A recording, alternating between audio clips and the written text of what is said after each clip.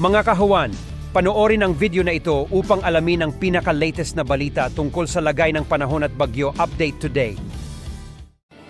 Nakakaranas tayo ng may init at malinsangan na panahon dulot ng easterlies. Yung easterlies ay nakakaapekto sa malaking bahagi ng ating bansa.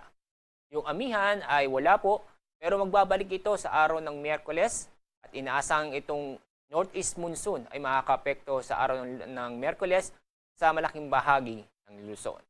Kasalukuyan ay wala po tayong namo-monitor o binabantayang LPA, low pressure area o bagyo sa loob at sa labas ng ating Philippine Area of Responsibility.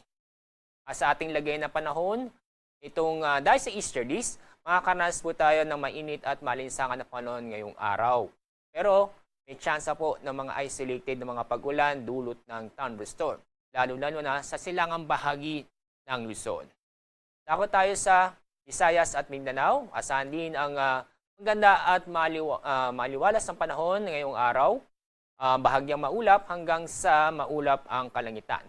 Pero may tsansa pa rin po ng mga localized thunderstorms sa bandang hapon o sa gabi. Wala tayong gale warning o ibig sabihin wala tayong inaasang matataas ang alon. Kaya safe na pumalaot ng ating mga kababayan sa ating bansa.